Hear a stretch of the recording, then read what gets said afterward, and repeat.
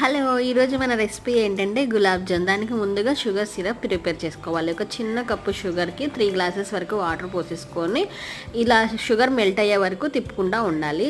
కొంచెం జిగురు వస్తే సరిపోతుంది. దానిలోనే 2 ఇలాచీ వేసుకొని స్టవ్ ఆఫ్ చేసేసుకోవాలన్నమాట.